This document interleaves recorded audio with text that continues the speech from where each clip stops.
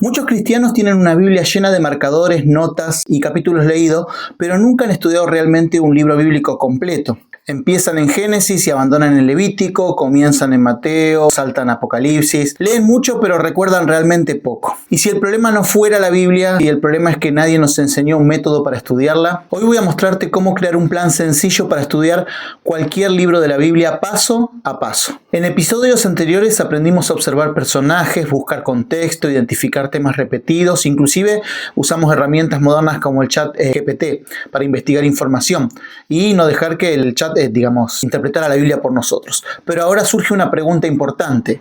¿Cómo juntamos todas estas herramientas que estuvimos estudiando en los videos anteriores y hacemos un estudio real? Porque una cosa es conocer herramientas y otra cosa distinta es saber utilizar esas herramientas para reconocer un libro o recorrer un libro completo de la Biblia. Y eso es exactamente lo que vamos a aprender hoy. La mayoría de las personas no abandonan la Biblia porque sea difícil, sino porque nunca tuvo un plan para estudiar la Biblia. Pero vamos a comenzar juntos con este plan para estudiar la Biblia. Lo primero que tenés que saber es que no tenés que empezar leyendo, sino más bien entendiendo. Entendiendo algunas cosas de contexto que hemos estudiado en algún video anterior también. Y debemos hacernos algunas preguntas específicas para saber justamente cómo leer el texto bíblico. Por ejemplo, ¿quién escribió el libro? ¿Sí? ¿Quién lo escribió? Mateo, Marcos, Lucas, Pablo, Juan. Y hay una pregunta importante también. No todos los libros de la Biblia fueron escritos por un solo escritor. Tenemos libros como por ejemplo del Antiguo Testamento, Salmos, que hubo un editor, es decir, alguien que compiló los salmos. Nosotros decimos salmos de David porque la mayoría los escribió David y de hecho entendemos que él compiló el libro. Pero en realidad, dentro de los salmos, encontramos salmos que no solamente son de David, sino que algunos no tienen por ahí justamente autor reconocido. Otros los escribió Asaf, que fue un famoso músico en la época de David. De hecho, era el que dirigía el ministerio musical en la época de David. ¿No es cierto? Algún salmo de Moisés. Hay varios cantos allí en el libro de Salmos. De paso, salmo significa canto. Y entonces, al estudiar el libro, tenemos que ver quiénes son los autores de los distintos salmos o el editor. La segunda pregunta que tenemos que hacernos a la hora de leer un libro de la Biblia es ¿cuándo fue escrito ese libro? Eso nos ayuda mucho para entender lo mismo si fue escrito, por ejemplo, en alguna situación de persecución que los cristianos estuvieran viviendo, en algunas situaciones políticas particulares. ¿Dónde fue escrito? ¿Estaba en el exilio la persona? ¿No estaba en el exilio? Libro, por ejemplo, el caso de Jonás, ¿no? Bueno, probablemente lo escribió en Israel, pero Jonás cuenta la historia de él con otro pueblo al que ellos no querían mucho, que eran los ninivitas. Es importante conocer eso. El contexto religioso también de la época, inclusive en los evangelios. Cuando estudiamos los evangelios nos encontramos con que el contexto religioso era difícil para los judíos porque estaban en ese momento sometidos por Roma. Y si estudiamos luego el libro de Hechos de los Apóstoles o algún otro libro o carta de Corintios o Filipenses, nos vamos a encontrar con un mundo politeísta, un mundo que tenía otras creencias muy distintas y costumbres muy distintas a los primeros cristianos. Y entonces es interesante conocer todo ese contexto que está allí, ¿verdad? También, por ejemplo, ver las necesidades propias de la iglesia, en qué contexto nació. En Hechos tenemos un relato interesante donde se juntaron las mujeres, las viudas hebreas y las viudas gentiles, es decir, las griegas, las que venían de otras etnias, y había un problema ahí étnico en la iglesia y la iglesia tuvo que resolverlo, y Hechos 6 y 7 nos habla de eso. Por lo tanto, es muy interesante poder hacer esas preguntas de contexto. La otra pregunta fue, ¿a quién fue escrito esto? No es lo mismo escribirle a los gentiles, a la iglesia, a un individuo en particular. ¿Para quién fue este escrito que voy a estudiar? ¿Y cuál era el propósito por el cual se escribió? ¿Por qué Marcos escribió el Evangelio como lo escribió? ¿Por qué Mateo lo escribió de una forma distinta y Juan de una forma totalmente distinta? ¿Por qué Juan escribe el Apocalipsis con tantos simbolismos y tantas historias extrañas? Entonces estudiar el propósito del libro está bueno. ¿Y cuál es el propósito que tiene este libro? No solamente con respecto a esto, sino a evangelizar, enseñar, corregir, animar, advertir. ¿Para qué escribió el autor del libro eso? Entonces, todas esas preguntas nosotros las tenemos que hacer antes de comenzar a leer el libro, ¿no? O tener una vaga idea de esto.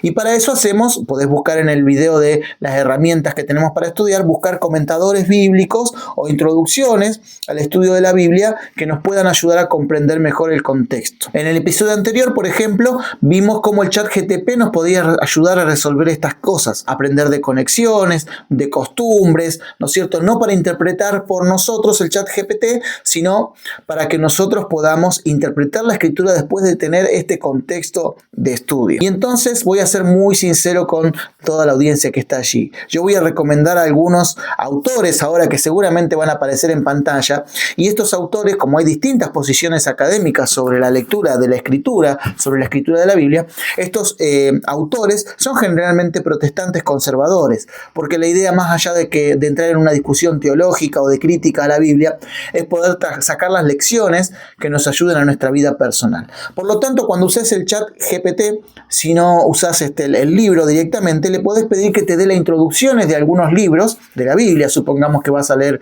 el libro de Primera de Crónicas o un libro del Nuevo Testamento, no sé, Primera de Corintios, y entonces algunos autores que te van a ayudar. Le preguntas al chat GPT, necesito saber quién escribió el libro de Primera de Corintios, en qué año, con qué propósito, y por favor, dame la información basado en Matthew Henry, Adam Clarke, Albert Barnes o Warren Wiersbe. Uno de estos 4 autores generalmente son bastante conservadores, protestantes, y tienen una cronología parecida a la hora de entender la Biblia y el contexto. Entonces, estos 4 autores que aparecieron en pantalla son aquellos que uno puede consultar. No es necesario siempre comprar el libro, aunque por supuesto siempre está bueno tener el libro, sino consultando al chat GPT le pedimos que a través de esos autores nos traiga la información previa para poder nosotros entrar en el texto bíblico. Ahora sí, una vez que conocimos el mundo del libro, ya conocimos su autor, ya conocimos su contexto, ya conocimos sus preocupaciones,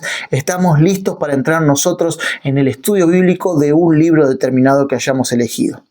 De paso, para aquellos principiantes, estamos teniendo una serie en nuestro canal que se llama El Evangelio de Marcos paso a paso, y la idea es hacer eso, sacar lecciones sencillas del Evangelio de Marcos para nuestra vida. Yo te recomiendo que a medida que veas estos videos de Biblias para principiantes, estés pudiendo disfrutar de los discursos homiléticos del Evangelio de Marcos paso a paso.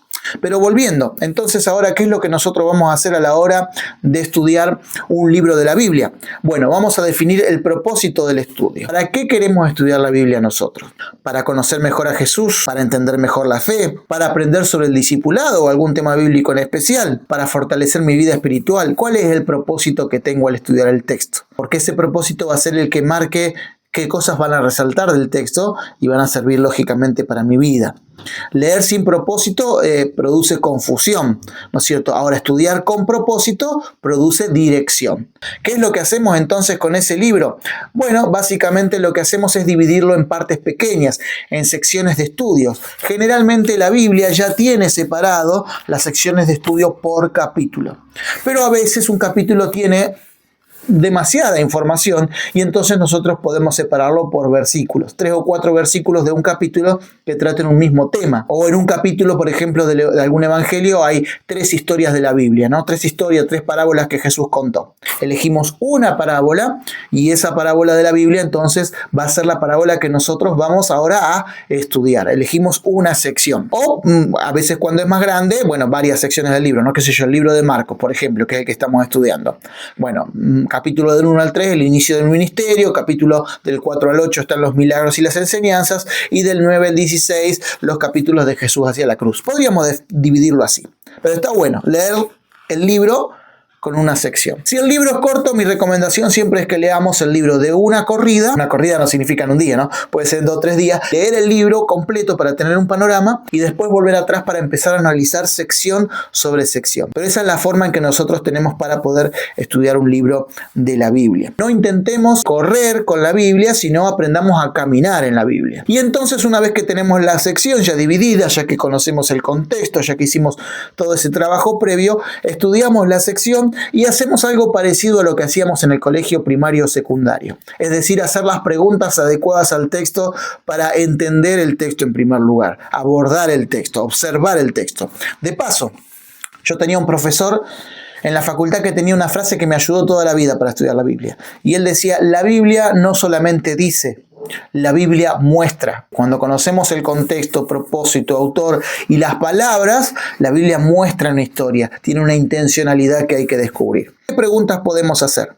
¿Qué domina la escena? Observar los personajes principales, por supuesto, ¿no? Allí. ¿Quién está ayudando en este texto bíblico? ¿Quién se está oponiendo? ¿Cuáles son las ideas preconcebidas que tenían los personajes bíblicos? Si es un evangelio, ¿qué pensaban los fariseos y los escribas? ¿Qué pensaban los discípulos que eran parte del vulgo? ¿Y qué es el pensamiento que trae Jesús de diferente, ¿no? Si fuera en un libro, por ejemplo, del Nuevo Testamento, escrito por Pablo, Corintios, Efesios, bueno, ¿qué piensa la sociedad greco-romana de tal tema? ¿Y qué piensa Pablo, que viene con una idea judaizante acerca del tema? Es interesante poder estudiar allí la Biblia, ¿no? Estos contrastes. Buscar palabras que se repiten en un texto. Por ejemplo, estoy pensando ahora en Juan 15, ¿no? Que dice permaneced en mí y tiene muchas frases conocidas. Permaneced es una palabra que aparece varias veces en el texto. Entonces nosotros debiéramos justamente poder utilizar esas palabras para estudiar mejor la Biblia. Fe, reino, gracia, verdad, permanecer, esas palabras que aparecen. Todo esto que estamos mencionando hay que anotarlo en un cuadernito para poder entonces sacar lo principal. Buscar frases repetidas en ese libro o en esa porción que estamos haciendo. ¿Qué enfatiza constantemente el autor? Por ejemplo, el libro de Juan, a mí me apasiona. El libro de Juan constantemente habla del mundo, el mundo y el mundo y el mundo y el mundo. Hay un contraste entre el mundo y el cristianismo. El mundo es un contexto negativo que va en contra de Dios. Es interesante estudiar ese concepto, que se repite una y otra vez. Las emociones que aparecen en el texto: temor, alegría, compasión, incredulidad. Yo he escuchado a muchos cristianos decir, no, porque el cristiano no se puede deprimir, es falta de fe, no puede estar mal. Y la Biblia dice que Jesús sufrió angustia. Cuando Jesús oraba decía que estaba triste hasta la muerte. Interesante. Hay que estudiar esas emociones en Jesús, a ver cómo las manejó y cómo nos ayuda a nosotros a depender del Padre. Observar los contrastes que hay en el estudio de la Biblia también, por ejemplo. Fe e incredulidad, humildad versus orgullo, obediencia y rebeldía. ¿Qué aparece allí en la Biblia que justamente contrastes una cosa de la otra? Y conectarlo lógicamente con los episodios anteriores. Esta parábola que estudié hoy, ¿cómo está conectado con el capítulo anterior y con el que viene? Hay cosas que son alevosas en la Biblia, ¿no? La moneda perdida, la oveja perdida, todas esas historias están en un mismo capítulo o en dos capítulos, están conectadas entre sí. Y está bueno que vayamos haciendo ese ejercicio mental de poder conectar las historias para comprenderlas mucho mejor. Hay textos que están allí, que están conectados con el Antiguo Testamento, con otra parte de la Biblia, y ahí podemos ver el videito que tenemos también en Biblia para principiantes de las referencias cruzadas, ¿no? Este versículo, esto que dijo Jesús, ¿de dónde lo sacó? Yo he escuchado muchas veces decir, no, porque el mandamiento de Jesús es amar al prójimo como a ti mismo y a Dios sobre todas las cosas, y eso reemplazó todo el Antiguo Testamento. Pero cuando miro mi Biblia y veo las referencias, veo que esos dos versículos salieron del Antiguo Testamento. Jesús le estaba dando un resignificado a esas palabras que estaban en el Antiguo Testamento. Eso lo aprendí mirando las referencias bíblicas que estaban allí en el texto bíblico. Y entonces buscamos esas referencias bíblicas, o si hay una profecía cumplida en ese lugar.